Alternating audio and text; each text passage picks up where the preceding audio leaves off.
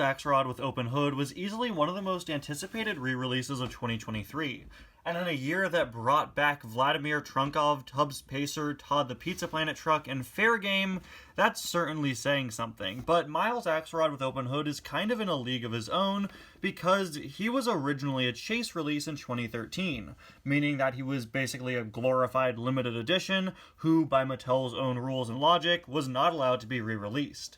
In 2022, we saw Lee Rosse, one of the last chases we ever got in 2014, get a re-release, which kind of revealed to us that it seems they're kind of abolishing this old rule of chases can only be released once. And honestly, that's something I really don't have a problem with. As long as they keep super chases limited, because those were specifically tied down to only 5,000 or 4,000 made for each of them, I really don't have a problem with them bringing back old chases. Mattel was kind of chase crazy in 2011 to 2014 and made a lot of very significant characters and character variants chases, meaning that, again, by their own logic, they couldn't come back.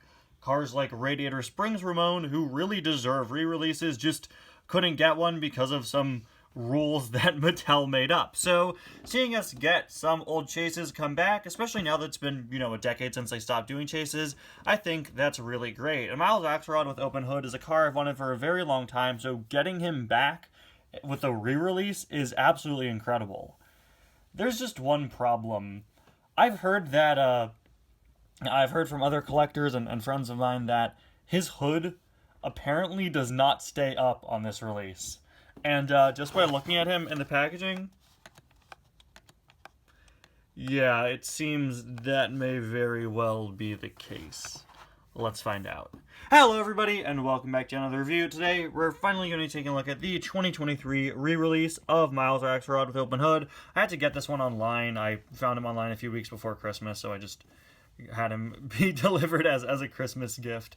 Yeah, this guy's not showing up in my stores, unfortunately. My Targets are all over a year behind at this point, so yeah, I was lucky enough to find him for only $10 online, which is much less than what he usually goes for. Miles with Open Hood has to have one of the worst character artworks in history, in my opinion. Up first, you can't even see inside of his hood, but of course the main problem is the fact that he's very happy here. I don't know why. This is just an edited version of a typical Miles render, and they were just like, yeah, we're gonna have him be happy.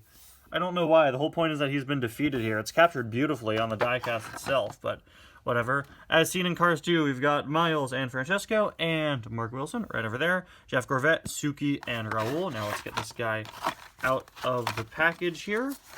It's crazy just how many Miles Axlerod variants we've been getting lately. It's weird to see them give him such attention recently, right?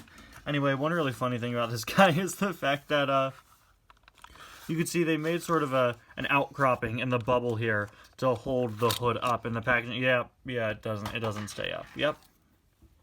Yeah. Oh, yikes, that is... Oh, wow, okay. Oh, when people were saying it doesn't stay up... Oh, okay. There we go. We got it. I was just about to say, when people were saying it doesn't stay up, they really meant it. But if you push it enough, it stays up. Alright, I don't have any complaints with that. You just have to push it a bit, and then thanks to friction, it'll stay up just fine. Let's see. Flip them upside down. Yep, that's perfectly fine to me.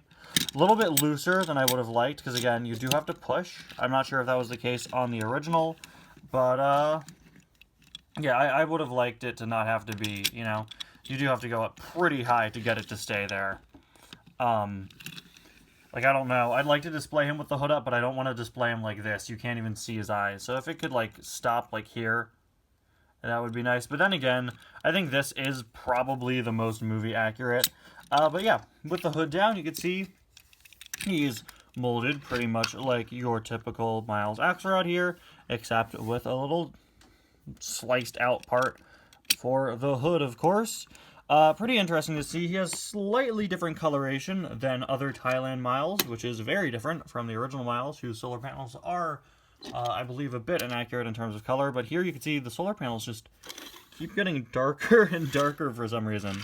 Really great sad face here. Very, very film accurate for your defeated Miles Axlerod at the end of Cars 2. And now, when we lift that hood up, we, of course, have the iconic hood on the inside, which is really, it really doesn't look like the inside of the hood from Cars 2, does it? Like, we get a good look at that hood for a good amount of the movie, and I'm gonna be honest, I know they probably can't do much mold work there, because you have very little space to work with, because, you know, the hood has to be raised up and you have to fit everything in there. But the least I could do is add a bit more color. Like this, you know, the hood from Cars 2, the open engine, is really all we see of the character that we later learn is Miles Axlerod. So it's just kind of upsetting that it doesn't look that much like it. This is one of those things where I feel like if this were made now, I feel like they would have paid a lot more attention to making it more screen accurate.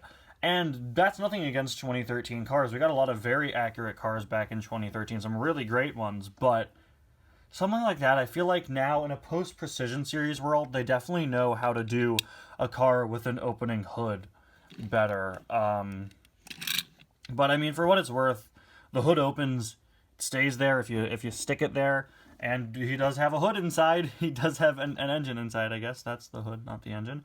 We've got all your typical Miles Axlerod details, little power outlet logo going on. All the typical stuff you would expect. Alt Energy license plate. There's a look at the side. And finally, there's a look at the base. I love the fact that it takes me like 3 minutes to talk about the hood, and the rest is like 20 seconds. Because there's not much else to say. You've seen a Miles Axlerod before. Right here, and here, and here.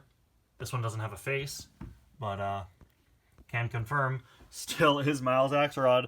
Regardless of its flaws, it's really great to get this release again. Stay there! Stay there! Oh no. It's beginning. Is it not going to stick anymore? I think it all is... Yeah, no, we're good. It's all... Oh. Yeah. Yeah. Hood is much looser than it should be, unfortunately. But again, you can get it to stick there. It could be a little difficult at times, but yeah, as someone who doesn't own the original and has only heard that this one is too loose, it definitely is too loose. I don't know what the original was like in comparison. I just wish that, yeah, it were a bit of a stronger hinge than this. I wish it weren't as loose. If you look at the Precision Series cars that have opening hoods, you could keep the hoods open at basically any place. Here, it's either stick it all the way up and hope it sticks, or don't. Anyway, guys, thank you so much for watching. I'm going to hope that this stays up for the thumbnail. I'll see you guys next time. Bye now.